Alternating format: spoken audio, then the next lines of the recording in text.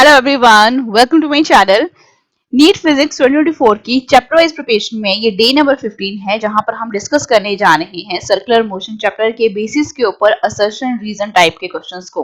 अगर कोई बच्चा जो है नीट फिजिक्स 2024 की प्रिपरेशन में लगा हुआ है और चाहता है कि उसके हर एक टाइप के क्वेश्चंस यानी असर्शन रीजन टाइप के क्वेश्चन जो है अगर पूछे जाते हैं तो वो कहाँ से कवर करने हैं, ग्राफ बेस्ड क्वेश्चन पूछे जाते हैं हर एक चैप्टर में से तो वो कहाँ से कंप्लीट करने हैं, स्टेटमेंट टाइप के क्वेश्चन है, मैच द कॉलम टाइप के क्वेश्चंस हैं या न्यूमेरिकल टाइप के क्वेश्चन है, तो वो बच्चा इस चैनल की प्लेलिस्ट में जाकर जो है यहाँ से क्वेश्चंस को अटेम्प्ट कर सकता है। Without wasting any time video को शुरू करते हैं। वीडियो का फर्स्ट क्वेश्चन देखो, यहाँ पर आपको यहाँ पे क्या बोला गया है। आप देखो option A B C and D आपने कैसे चूज करने हैं वो आपको स्क्रीन के ऊपर नजर आ ही रहा है। हम बढ़ते हैं क्वेश्चन के ऊपर। क्वेश्चन देखो, आपको फर्स्ट कौन सा क्वेश्चन यहाँ पे दिया गया है। क्वेश्चन नंबर फर्स्ट आपको यहाँ पे बोल रहा है कि एक पार्टिकल जो है रोटेट कर रहा है सर्कल में। इट मीन सर्कल में अगर कोई पार्टिकल जो है रोटेट कर रहा है तो उसका रेडियस हमें यहाँ पर दिया गया है। रेडियस कितना बोला गया है, 1 मीटर। किसी इंस्टेंट के ऊपर देखो, कोई इंस्टेंट बोला गया। अगर मैं इंस्टेंट मान के चलूं, यहां से लेके यहां तक का इंस्टेंट मैंने मान लिया। यहाँ पे P पॉइंट है और ये Q पॉइंट है, यानी P से Q तक के इंस्टेंट के ऊपर यहाँ पर आपको स्पीड कितनी बोली गई है, 2 मीटर पर सेकेंड। तो एक्सेलरेशन पार्टिकल का बोला गया है कि 4 मीटर पर सेकेंड स्क्वायर आएगा। देखो अगर मैं नॉर्मल अगर एक्सेलरेशन भी यहाँ से निकालने की कोशिश करूं P से Q तक, ठीक है, तो एक्सेलरेशन के लिए हम सभी जानते हैं v स्क्वायर डिवाइडेड बाय बटा क्या r। v स्क्वायर कितना है, 2 का स्क्वायर करेंगे 4 यानी 1। तो ऑब्वियस सी बात है कि हमें ये कितना देखने को मिल रहा है, एक्सेलरेशन 4 मीटर पर सेकंड स्क्वायर ही देखने को मिल रहा है। तो हमें ये पता लग गया कि ये स्टेटमेंट ट्रू है यानी करेक्ट है। रीजन की तरफ चलते हैं। रीजन आपको क्या बोला गया है कि सेंट्रीपिटल एक्सेलरेशन, ये एक्सेलरेशन है उस इंस्टेंट के ऊपर।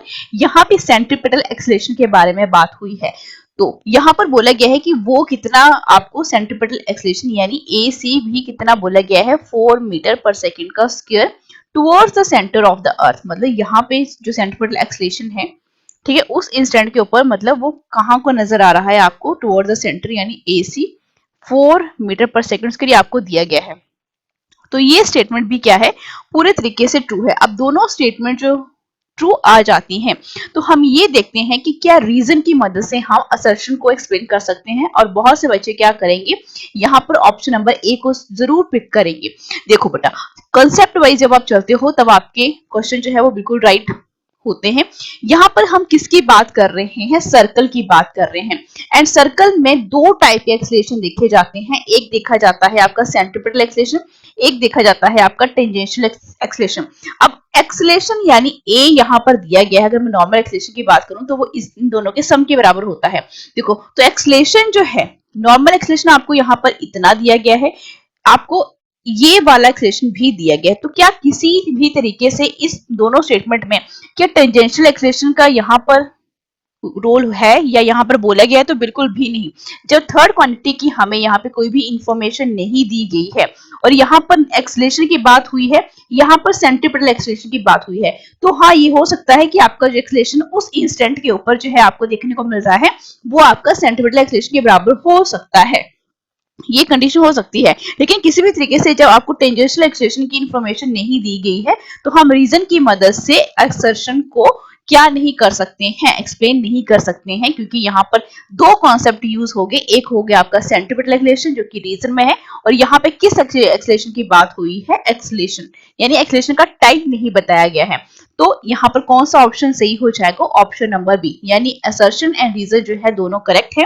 लेकिन रीजन की मदद से हम असर्शन को एक्सप्लेन क्यों नहीं कर सकते, क्योंकि यहाँ पे किसी भी तरीके से हमारे पास किसकी वैल्यू नहीं है, इंफॉर्मेशन नहीं है टेंजेंशियल एक्सेलरेशन की। ठीक है, नेक्स्ट क्वेश्चन की तरफ बढ़ो जरा। नेक्स्ट क्वेश्चन आपको बोला गया है असर्शन। देखो क्या बोला गया है कि जब कार जो है सर्कुलर टर्न लेती है हॉरिजॉन्टल रोड के ऊपर, तो हॉरिजॉन्टल देखो रोड बना लो जरा इस तरीके से।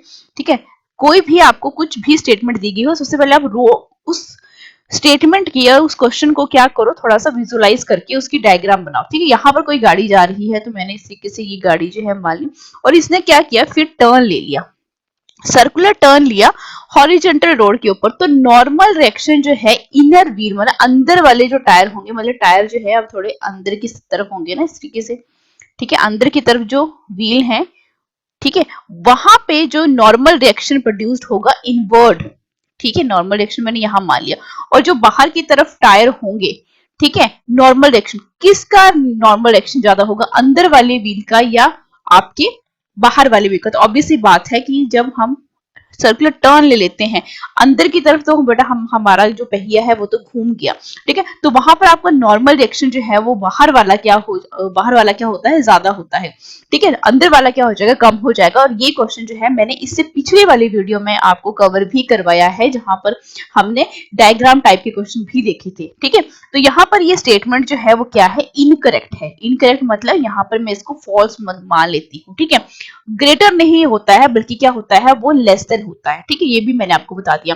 एंड रीजन क्या बोला गया है, this is for the rotational equilibrium. Obviously बात है, रोटेट पूरे तरीके से जब गाड़ी ने करना है तो रोटेशनल इक्विलिब्रियम होना चाहिए, ठीक है। कि रोटेशन, आपकी गाड़ी जो है पूरे तरीके से रोटेट जब करेगी तभी वो क्या कर सकेगी, एक टर्न लेगी और तब वो अपने पिछले वाले ट्रैक के ऊपर क्या करेगी, मूव करेगी, ठीक है। तो ये तो स्टेटमेंट क्या है, पूरे तरीके से ट्रू है। अब यहाँ पे देखो कौन सा वाला ऑप्शन आप पिक करोगे, ऑप्शन नंबर डी।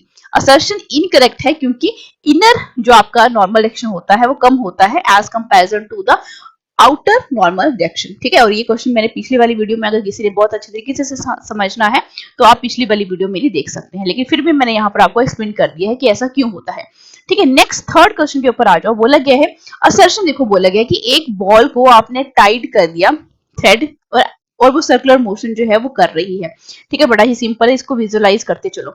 और यहाँ पर आपको बोला क्या गया है, रेडियस उसका आपको बोला गया कितना दिया गया है, वर्टिकल प्लेन में।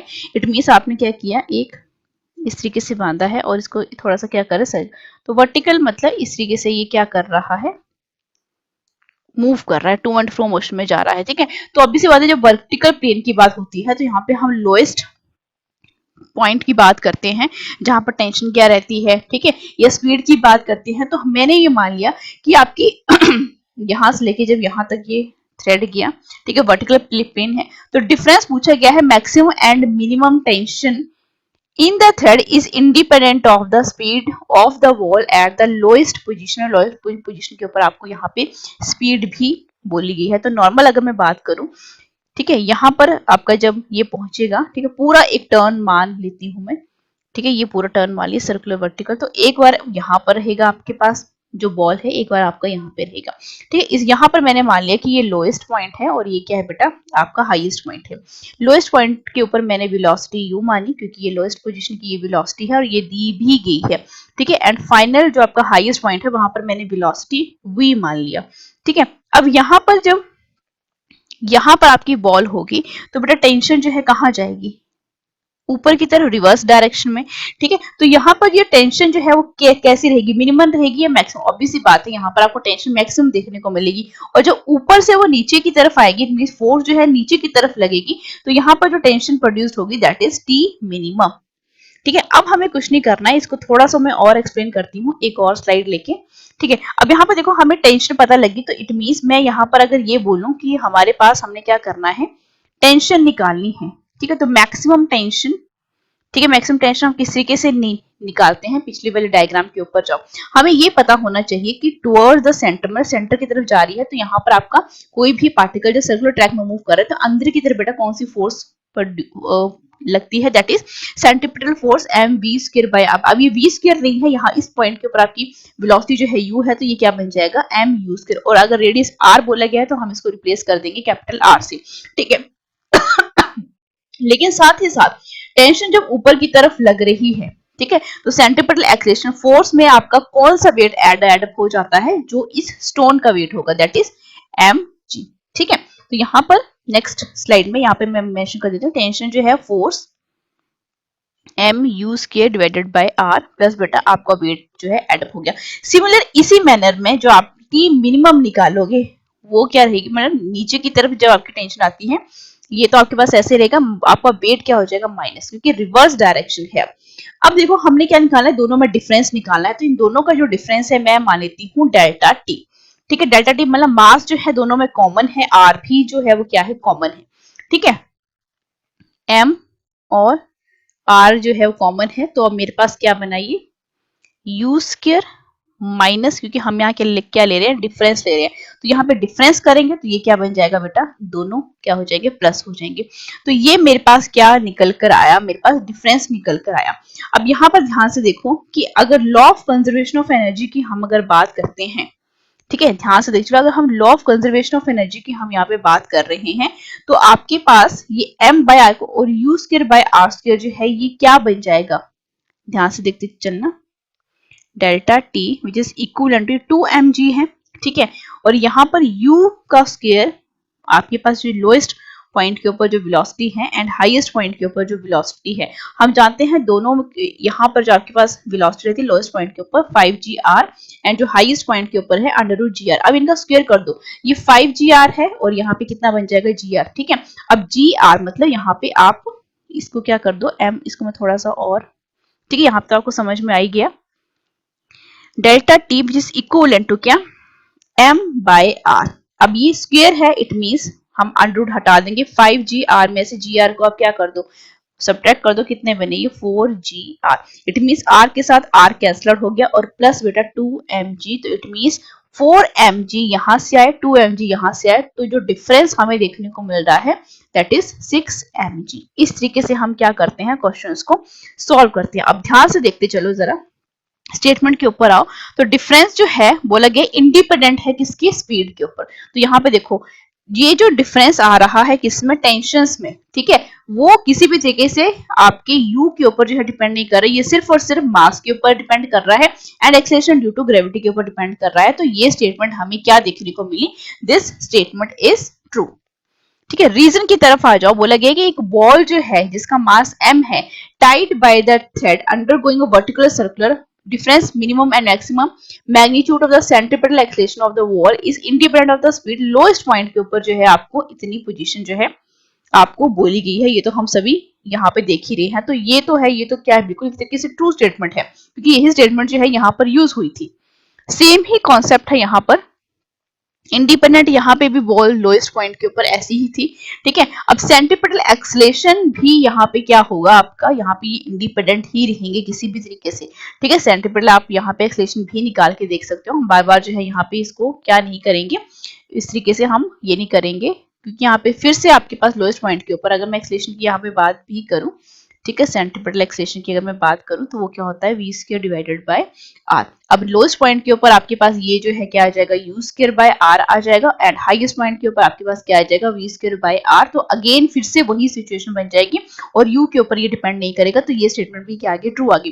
तो क्या हम दोनों स्टेटमेंट ट्रू आ जाने से क्या मैं रीजन की मदद से इसको एक्सप्लेन कर सकती हूँ, ऑफकोर्स दोनों जगह आपका एक ही कॉन्सेप्ट यूज हो रहा है, तो मैं ये बोल सकती हूँ कि हम रीजन की मदद से असर्शन को क्या कर सकते हैं, अच्छे तरीके से एक्सप्लेन कर सकते हैं। तो ऑप्शन नंबर ए जो है वो क्या हो जाता है, यहाँ पे पूरे तरीके से सही बैठ रहा है, ठीक है। सेम ही कॉन्सेप्ट यहाँ पर यूज हुआ है, ठीक है। नेक्स्ट क्वेश्चन की तरफ बढ़ते हैं।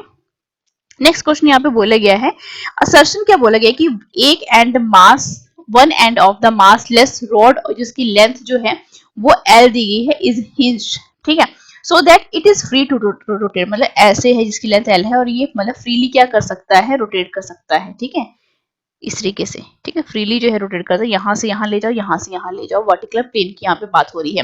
About a horizontal axis, if the particle जो है अटैच किया गया है दूसरे एंड की रोड से, then the minimum speed at the lower most position मतलब लोएस्ट पोजीशन की यहाँ पे बात हो रही है, वो 5gl है, हम सभी जानते हैं। वेलोसिटी जो है आपके पास 5gr रहती है, तो यहाँ पे 5gl to complete the circular motion, ठीक है, यहाँ पर आपको 5gl मतलब अंडर रूट, ठीक है, to complete the circular motion आपको यहाँ पर ये बोला गया है, तो ये यहाँ पे बेटा 5gl अंडर रूट आना था, ठीक है, यहाँ पे मिसप्रिंट हुआ है। तो हम ये सभी जान रहे हैं कि लोएस्ट पॉइंट के ऊपर, हमने अभी पीछे वाले क्वेश्चन में भी देखा कि लोएस्ट पॉइंट के ऊपर आपकी जो वेलोसिटी है वो u किसके थ्रू दी जाती है, 5gr के ऊपर, एंड आपका जो हाईएस्ट पॉइंट होता है वहां पे gr। अब ये r जो है मतलब यहाँ पे रेडियस सर्कुलर इस यहाँ पे था, मतलब आपका सर्कल कंप्लीट कर रहा था तो रेडियस आएगा। अब यहाँ पे हिंज इस तरीके से बोला गया है, लेंथ बोली गई है रोड की, तो यहाँ पे r जो है वो किसके साथ रिप्लेस हो जाएगा, l के साथ। तो सेम ही यहाँ पे कॉन्सेप्ट का यूज हुआ है। तो ये स्टेटमेंट जो है वो आपको क्या नजर आ रही है, बिल्कुल सही नजर आ रही है, क्योंकि यहाँ पढ़ते भी आए हैं, ठीक है, जब से हमने सर्कुलर मोशन चैप्टर जो है शुरू किया है। उसके बाद बोला गया कि work done by the centripetal force on the particle is always zero. तो हम ये भी जानते हैं कि work done by the centripetal force जो है वो हमेशा जीरो होता है। ठीक है, वर्क डन सेंट्रीपिटल फोर्स जो है वो हमेशा जीरो। तो ये भी क्या है देखिए कि ट्रू स्टेटमेंट है। तो क्या ये रीजन जो है वो असर्शन को क्या कर सकता है, एक्सप्लेन कर सकता है। यहाँ पे वर्क डन की बात हुई है और यहाँ पर बेटा हम क्या किसकी बात कर रहे हैं, लोएस्ट पोजीशन की बात कर रहे हैं। जो पार्टिकल जब वो आपका पार्टिकल जो है वो वर्टिकल प्लेन में मूव करता है तो लोएस्ट जो पॉइंट होता है वहां पे वेलोसिटी। तो वेलोसिटी एक अलग कॉन्सेप्ट है, वर्क डन जो है वो अलग कॉन्सेप्ट है। बेशक ये दोनों स्टेटमेंट जो है आप ट्रू हैं, लेकिन ये हम रीजन की मदद से असर्शन को क्या नहीं कर सकते हैं, एक्सप्लेन नहीं कर सकते हैं। क्यों नहीं कर सकते, क्योंकि यहाँ पे दो डिफरेंट कॉन्सेप्ट का यूज हो गया है। एक तरफ वर्क डन है और एक तरफ क्या है आपके पास वेलोसिटी है। तो यहाँ पर कौन सा ऑप्शन सही हो जाएगा, that is option number B. Next question की तरफ बढ़ो, फिफ्थ क्वेश्चन है ये। असर्शन मतलब स्टेटमेंट आपको क्या बोल रही है कि एक कार जो है moves along a road with a uniform speed, the path of the car tries in vertical plane shown in the figure. Figure तो यहाँ पर बताई ही नहीं गई है। ठीक है, तो इसको रहने दो, इसको थोड़ा हम क्या करेंगे, थोड़ा सा विजुअलाइज करेंगे। ठीक है, रेडियस जो है मतलब हम थोड़ा सा इसको क्या करेंगे, थोड़ा सा विजुअलाइज भी करेंगे। ठीक है, और विजुअलाइज हमें किस तरीके से करना है हमें ये भी पता होना चाहिए। शोन इन द फिगर, हमें फिगर तो यहाँ पे दी ही नहीं गई है, तो हम विजुअलाइज किस तरीके से करेंगे। देखो जो जो आपको जिस तरीके से मैंने बोला कि जब कभी भी आपने फिजिक्स के न्यूमेरिकल करने हैं तो उसको थोड़ा सा क्या करो, विजुअलाइज करो। मैंने बोला कि गाड़ी जो है वो कुछ इस तरीके से जा रही है, तो मैं यहाँ पर मान लेती हूँ कि कुछ इस तरीके का रोड है। ठीक है, और यहाँ पर आपकी क्या है, गाड़ी है। ठीक है, यहाँ पर आपके पास क्या है, ये गाड़ी है। अब गाड़ी जो ऐसे जा रही है अंदर की तरफ, इसी के से जाएगी फिर और इसी के से, तो ऑब्वियसली बात है यहाँ पे हमें क्या देखने को मिलेगा, इसके को वर्टिकल प्लेन देखने को मिलेगा। ठीक है, to and fro motion, to फिर इस तरीके से, मतलब पूरा एक क्या करेंगे हम यहाँ पर इस तरीके से इसको विजुअलाइज कर। अब रेडियस ऑफ जो कर्वेचर जो है वो क्या बोला गया है, आर बोला गया है। ऑफ पाथ्स मतलब हर जगह वो क्या है, सेम ही आपको यहाँ पे मेंशन किया गया है। If the car does not lose contact with the road at the highest point, highest point बेटा यहाँ पर है। अगर ये कॉन्टेक्ट मतलब टायर्स का और ये जो सरफेस है इसके बीच का कॉन्टेक्ट ना छूटे हाईएस्ट पॉइंट के ऊपर, तो it can travel the shown path without losing contact with the road anywhere edge. तो देखो यहाँ पर आपको बोलने की क्या कोशिश की जा रही है कि कोई एक गाड़ी है जो कि इस तरीके से यूनिफॉर्म स्पीड के साथ जा रही है। यूनिफॉर्म स्पीड मतलब यू, यानी ये क्या है आपके पास फिक्स्ड स्पीड है। ठीक है, अगर फिक्स यहाँ पे स्पीड आपको बोली गई है तो जब आप यहाँ पर जाओगे तो ऑब्वियसली बात है आपकी वेलोसिटीज में फर्क आता है। हाईएस्ट पॉइंट के ऊपर आपकी जो वेलोसिटी है वो अंडर रूट जी आर दिखी जाती है, एंड लोएस्ट पॉइंट के ऊपर आपके पास जो वेलोसिटी है वो क्या दिखी जाती है, यू, और बेटा ये वी है तो 5 GR। इस तरीके से हम देखते हैं। तो यहाँ पर आपकी वेलोसिटीज में क्या आ रहा है, थोड़ा सा चेंज आपको देखने को ही मिलेगा। ठीक है, तो रेडियस ऑफ कर्वेचर बोला गया है कि हर जगह आपको सेम ही है। अगर रेडियस ऑफ कर्वेचर जो है वो सेम है मतलब ये आर जो है वो क्या है, हर जगह सेम ही है। ठीक है, तो 5G और यहाँ पर आपकी वेलोसिटीज क्या देखने को मिलेगी, डिफरेंट। अगर ये आपकी गाड़ी जो है कांटेक्ट जो है वो क्या ना करे, लूज ना करे। ठीक है, ध्यान से समझते चलो कि नॉर्मल रिएक्शन अगर मैं यहाँ पर आपका पास सेम नहीं है तो गाड़ी ने कांटेक्ट जो है लूज नहीं करना है हाईएस्ट पॉइंट के ऊपर। हम इस वाले पॉइंट की यहाँ पे क्या ले लेते हैं, बात कर लेते हैं। ठीक है, तो नॉर्मल रिएक्शन जो है अगर मैं यहाँ पर बात करूं, अगर यहाँ पे मतलब हाईएस्ट पॉइंट है ना, ये हाईएस्ट पॉइंट के ऊपर आपके पास वेलोसिटी अंडर जी आर आती है। ठीक है, तो यहाँ पर अगर नॉर्मल रिएक्शन की बात करो इस तरीके से, नीचे की तरफ क्या लग रहा है, इसका वेट लग रहा है। ठीक है, तो नॉर्मल रिएक्शन जो है टॉप मोस्ट पॉइंट के ऊपर जो है वो क्या नहीं होगा, कम नहीं होगा। ऑब्वियसली बात है यहाँ पर ज्यादा फोर्स जो है देखने को, जब आप अंदर की तरफ चलते जाते हो कॉनकेव टाइप, ठीक है, तो वहां पर आपको नॉर्मल रिएक्शन बेटा क्या हो जाता है, कम देखने को मिलता है। तो यहाँ पर कम देखने को मिलेगा, यहाँ पर आपको कम देखने को नहीं मिलेगा। ठीक है, तो यहाँ पे कोई फर्क नहीं पड़ता कि रेडियस ऑफ कर्वेचर जो है आपका हर जगह आपका सेम ही है, लेकिन यहाँ पर आपका जो नॉर्मल रिएक्शन है ये क्या होगा, हाई होगा, और यहाँ पर आपका नॉर्मल रिएक्शन जो है वो क्या होगा आपके पास थोड़ा सा आपको इस तरीके से। तो यहाँ पर बेटा ये कभी भी क्या नहीं होता है, लीस्ट नहीं होगा। ठीक है, अब लीस्ट नहीं होगा तो इट मीन्स यहाँ पर does not lose contact with the road at the highest point. तो ये स्टेटमेंट क्या हमें क्या दिखाई पड़ रही है, एक तरीके की फॉल्स स्टेटमेंट दिखाई पड़ रही है। अब रीजन के ऊपर भी आ जाओ, यहाँ पर बोला गया है for the car to lose contact with road. अब ये कार अगर लूज ना करे कॉन्टेक्ट, तो ऑब्वियसली बात है उसको इस तरीके से जाना पड़ेगा कि टायर जो है वो ऐसे ऐसे ही रहे। ठीक है, for the car to lose contact मतलब गाड़ी का रोड के साथ जो है कॉन्टेक्ट हट गया, तो नॉर्मल रिएक्शन किस किस के बीच में, कार एंड रोड के बीच में, वो भी क्या हो जाएगा आपका जीरो हो जाएगा। तो ऑब्वियसली बात है ये क्या है, एक तरीके की ट्रू स्टेटमेंट है। अगर नॉर्मल रिएक्शन ही नहीं बचा आपके पास, सॉरी, जब गाड़ी के टायर जो है इसके साथ लग ही नहीं रहे, तो नॉर्मल रिएक्शन तो आप कैसे देखोगे जब वेट को बैलेंस ही नहीं कर पाएगा। तो नॉर्मल रिएक्शन कार और रोड के बीच में क्या हो जाता है, जीरो हो जाता है। लेकिन हाईएस्ट पॉइंट के ऊपर, अगर टॉप मोस्ट पॉइंट के ऊपर अगर हम यहाँ पे बात कर रहे हैं, हाईएस्ट पॉइंट यहाँ पर बोला गया है और उसने गाड़ी से क्या नहीं करना है, गाड़ी ने लूज कांटेक्ट नहीं करना है विद द रोड। ठीक है, तो यहाँ पर आपका नॉर्मल रिएक्शन जो है वो क्या नहीं होना चाहिए, कम नहीं होना चाहिए, ज्यादा ही होना चाहिए। ठीक है, तो यहाँ पर आपका ये स्टेटमेंट क्या निकली थी, फॉल्स, ये ट्रू थी। इट मीन्स यहाँ पे आपका कौन सा ऑप्शन सही मार्क होगा, option number D. Next question की तरफ चलते हैं, लास्ट क्वेश्चन है इस वीडियो का। असर्शन आपको बोला गया है for looping a particular loop of radius R minimum velocity जो है वो √5। हम ये सब जानते हैं, ये तो हम पढ़ते ही आ रहे हैं। तो ये क्या है, तरीके की ट्रू स्टेटमेंट है। ठीक है, ये आपके पास क्या है, तरीके की ट्रू स्टेटमेंट है, ये हम देखते भी आ रहे हैं। अभी हमने पीछे रीजन क्या बोला गया है इसका, कि वेलोसिटी जो है हाईएस्ट पॉइंट के ऊपर विल बी 0। तो हाईएस्ट पॉइंट के ऊपर बेटा आपके पास वेलोसिटी हमने अभी देखा कितनी होती है, GR। ठीक है, लोएस्ट के ऊपर ये होती है और ये हाईएस्ट पॉइंट के ऊपर ये VL और ये VL। तो ये 0 तो है, आपको नहीं देखने को मिलेगी। तो ये क्या है, एक तरीके की इनकरेक्ट यानी फॉल्स स्टेटमेंट है। तो आपका यहाँ पे कौन सा ऑप्शन सही हो जाएगा, ऑप्शन नंबर सी यहाँ पे क्या हो जाता है, पूरे तरीके से करेक्ट हो जाता है।